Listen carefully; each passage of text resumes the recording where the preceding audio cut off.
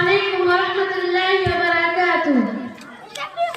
الحمد للہ رب العالمین والصلاة والسلام علی رسولہ الکریم، اما بعد فاعوذ باللہ من الشیطان الرجیم، بسم اللہ الرحمن الرحیم، وإنک لعلی خلق عظیم۔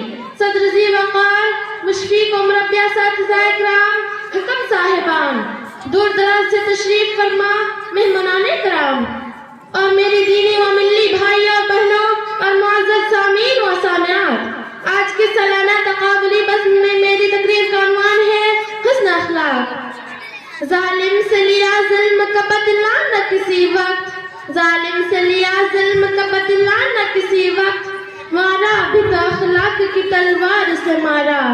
معزز سامعین و سامعات، مذہب اسلام ایک مکمل ضابطۂ حیات ہے جس میں عبادت کے ساتھ ساتھ حسن اخلاق کو بہت اہمیت حاصل ہے۔ اخلاق ہی وہ طاقت ہے جس نے دل اسلام کے اس لوگوں کو دائرہ اسلام میں جوک در جوک داخل کیا۔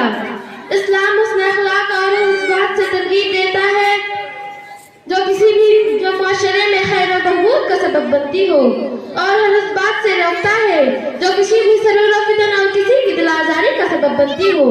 مذہب اسلام نے حسن اخلاق کو ایمان کی نشانی کہا اور مسلمانوں کو یہ درس دیا برے اخلاق کسی بھی مومن کا شیوا نہیں ہو سکتا۔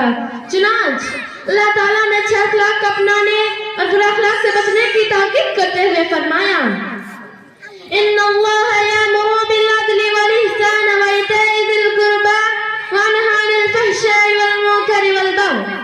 میری دینی ماں اور بہنوں، آپ صلی اللہ علیہ وسلم کے اخلاق حسنہ ہی لوگوں کو اپنی طرف کھینچ لیا تھا۔ اگر آپ صلی اللہ علیہ وسلم متصدد ہوتے تو لوگ آپ صلی اللہ علیہ وسلم سے بیزار ہو کر آپ صلی اللہ علیہ وسلم کو چھوڑ دیتے، جس کا نقشہ قرآن مجید نے یوں کھینچا، فَبِمَا رَحْمَةٍ مِّنَ اللَّهِ لِنتَ لَهُمْ وَلَوْ كُنتَ فَظًّا غَلِيظَ الْقَلْبِ لَانفَضُّوا مِنْ حَوْلِكَ۔ خود اللہ تبارک و تعالیٰ نے رسول اکرم صلی اللہ علیہ وسلم کے اخلاق حسنہ کی تعریف کرتے ہوئے فرمایا، وَإِنَّكَ لَعَلَىٰ خُلُقٍ عَظِيمٍ۔ یقیناً آپ صلی اللہ علیہ وسلم کے عظیم الشان اخلاق کے حامل ہیں۔ خود اللہ کے رسول صلی اللہ علیہ وسلم نے اپنی بعثت کے مقصد مکارم اخلاق کو تکمیل قرار دیتے ہوئے فرمایا، انما بعثت لأتمم مکارم الاخلاق۔ حسن اخلاق رسول صلی اللہ علیہ وسلم کے محبوب اور مقرب بننے کا بہترین ذریعہ ہے۔ بخاری شریف کی روایت ہے کہ اللہ کے رسول صلی اللہ علیہ وسلم نے فرمایا، میرے نزدیک تم